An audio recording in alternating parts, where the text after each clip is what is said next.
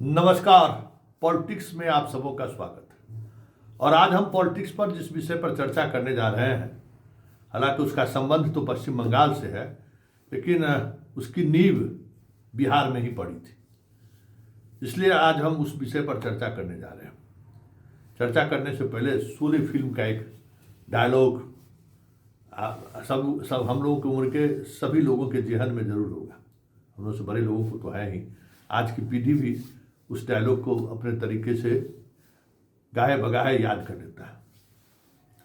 याद है ना कि जब धर्मेंद्र और अमिताभ बच्चन, बीरू और जय एक तो बेचारे चले गए छोड़कर, जब कालिया की धुनाई करती है, कर के धुनाई करके भेजता है, तो गब्बर सिंह कहता है, याद है ना, कालिया अब तू गोली खा।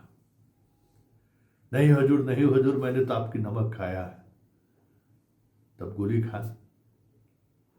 30-30 कोस दूर गांव में जब रात में बच्चा रोता है तो माँ कहती है, बेटा गब्बर सिंह आ जाए, सो जा।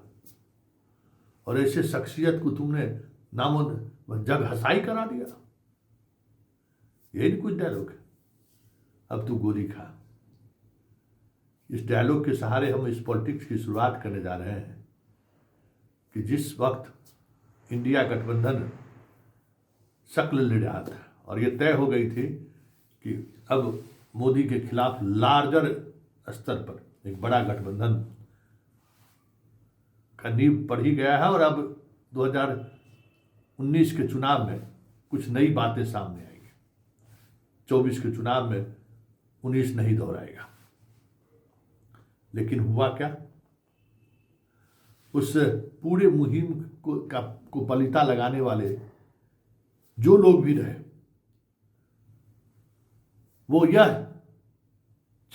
इस प्रयास में थे कि भाई आपका उद्देश्य सिर्फ और सिर्फ जो है कांग्रेस है ना, उसको खत्म करना है, तो हम तो आपके साथ हैं। इस सोच के पहले व्यक्ति अरविंद केजरीवाल,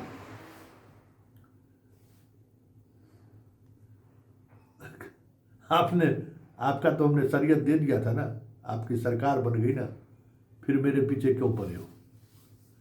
तो क्या हुआ सबके सामने है। तो पहले तो केजरीवाल साफ हुए, दूसरा बिहार लालू साफ हुआ। लालू जी भी उस पूरे खेल में को कहीं न कहीं मोदी की मदद करते हुए दिखे। नीतीश को कन्वेनर नहीं बनने देना है, और आखिरकार वो पूरा खेल खत्म हुआ और मोदी जी की वापसी हुई। और तीसरा ममता बनर्जी भी है। ममता बनर्जी भी सोच रही थी कि इससे बड़ा एहसान हम क्या कर सकते हैं मोदी को, कि भाई आप गद्दी पर बैठे रहिए ना, आपकी गद्दी सुरक्षित है, बस हम लोग हल्ला करते रहेंगे, आप मेरा ख्याल रखिएगा मेरे चुनाव में। तो व्यापारी जब राजनीति में आता है ना, तो उसमें इमोशन का कोई गुंजाइश नहीं है। ठग परंपरा के वो लोग धनी होते हैं। 2 जींस लीजिए 4 फ्री वाला कंसेप्ट रहता है, और उसके सहारे पब्लिक को कैसे बेवकूफ बनाया जाता है, उसकी समझदारी जन्म लेते ही हो जाता है। तो अब बारी ममता की है। केजरीवाल फिनिश, तेजस्वी फिनिश, अब बारी ममता की है। और ममता शुरू से, अभी देख रहे होइएगा, इंडिया गठबंधन के वोट चोरी की मुहिम में हो या SIR को लेकर जो माहौल बनाने की कोशिश हो रही थी, उस माहौल से अपने आप को दूर कर रहे थे। तो एक शख्स को उसने जगह दिखा दिया है, हुमायूं कबीर का नाम बड़ा बढ़िया है। हम तो समझे कि कोई और वही हुमायूं कबीर है, लेकिन तब तो है नहीं, उस दुनिया में है नहीं। तो हुमायूं कबीर के सहारे पिछले 24 घंटे से जिस तरीके की सियासत साधी जा रही है, वो तय मानिए कि एक समझ गए ना, हैदराबादी एक बंगाल में भी पैदा ले लिया है। और जिस मुहिम के साथ वो आगे बढ़ा है कि ओबीसी से हम हाथ मिलाएंगे, और ओबीसी के साथ हम बंगाल के चुनाव में ममता के खिलाफ उम्मीदवार उतारेंगे। ये वही प्रयोग है जो प्रयोग बिहार में 2000 मोदी के आने के बाद से चल रहा है, और उसका क्या लाभ हो रहा है देख ही रहे हैं। तो सीधी लड़ाई में भले ममता को बीजेपी परास्त न कर सके, एक ऐसी लड़ाई लड़ी जाए जिस तरीके से 2020 में नीतीश को हम कमज़ोर कर दिए चिराग मॉडल के सहारे, वही हुमायूं कबीर मॉडल के सहारे ममता को सत्ता से बेदखल कर देते, कोई बड़ी बात नहीं होगी। हालांकि बंगाल की राजनीति की मुझे कोई समझ नहीं है, लेकिन बिहार के उस बॉर्डर वाले इलाके की जो राजनीति का हश्र इस बार के चुनाव में देखने को मिला, उससे ये साफ हो गया कि जो चीज़ें चाहिए मुसलमान को धर्मनिरपेक्ष राष्ट्र के प्रति कभी मतलब कह सकते हैं कि लगाव नहीं रहा है, वो उनके भी माइंडसेट से विपरीत रहा है। धर्मनिरपेक्षता बने रहे, इसको लेकर कभी मुसलमानों की तरफ से हमने तो नहीं देखा है कोई पहल करते हुए। हमेशा मुसलमान बीजेपी के उस एजेंडे के साथ खड़ा रहा है, जिस तरीके से हिंदू महासभा के दौर में जब बंगाल में जब जो कुछ भी हुआ था तो मुस्लिम लीग के साथ जैसे जनसंघ खड़ी थी ना, उसी तरीके से विचार मतलब, क्योंकि उस कॉमनल विचार के लोग दोनों तरफ हैं और उससे दोनों की रोजी रोटी चलती है। तो ओवैसी साहब और अब हुमायूं कबीर जी आगे के दो बड़े चेहरे ममता को निपटाने के लिए बंगाल की राजनीति में।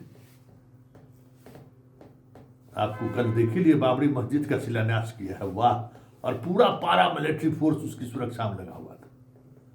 अब आप समझ लीजिए, पूरा पारा मिलिट्री फोर्स।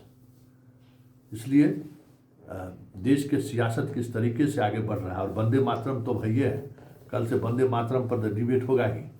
मतलब पूरा खाद पानी बीजेपी अपने अनुसार, मतलब पेड़ पौधा से लेकर सब कुछ हरा भरा कर लिया है, और उस खेत पानी में और उसकी हरियाली बनाए रखने में इस देश का बुद्धिजीवी तथाकथित जो सेकुलरवादी बुद्धिजीवी हैं सो, और आपको मुसलमान दोनों जिम्मेवार हैं।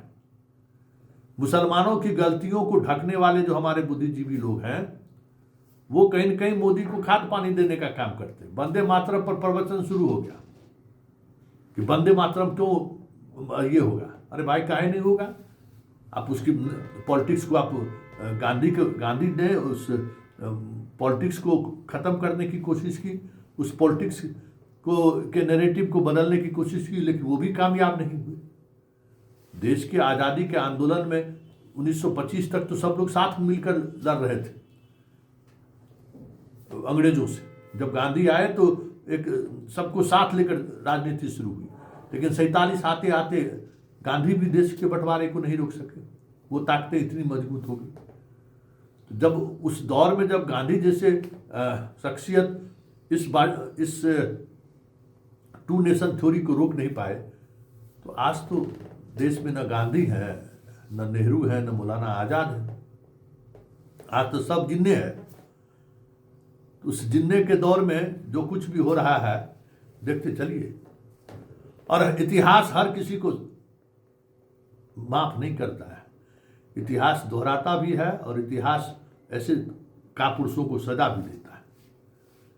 इसलिए ये जो कुछ भी हो रहा है 2029 से पहले देश सही दिशा में चल पड़ा है। अरविंद केजरीवाल को भी उस सियासत की सजा मिल गई, तेजस्वी भी सफा हो गए, केजरीवाल भी सफा हो गए, और अब ममता की बारी है।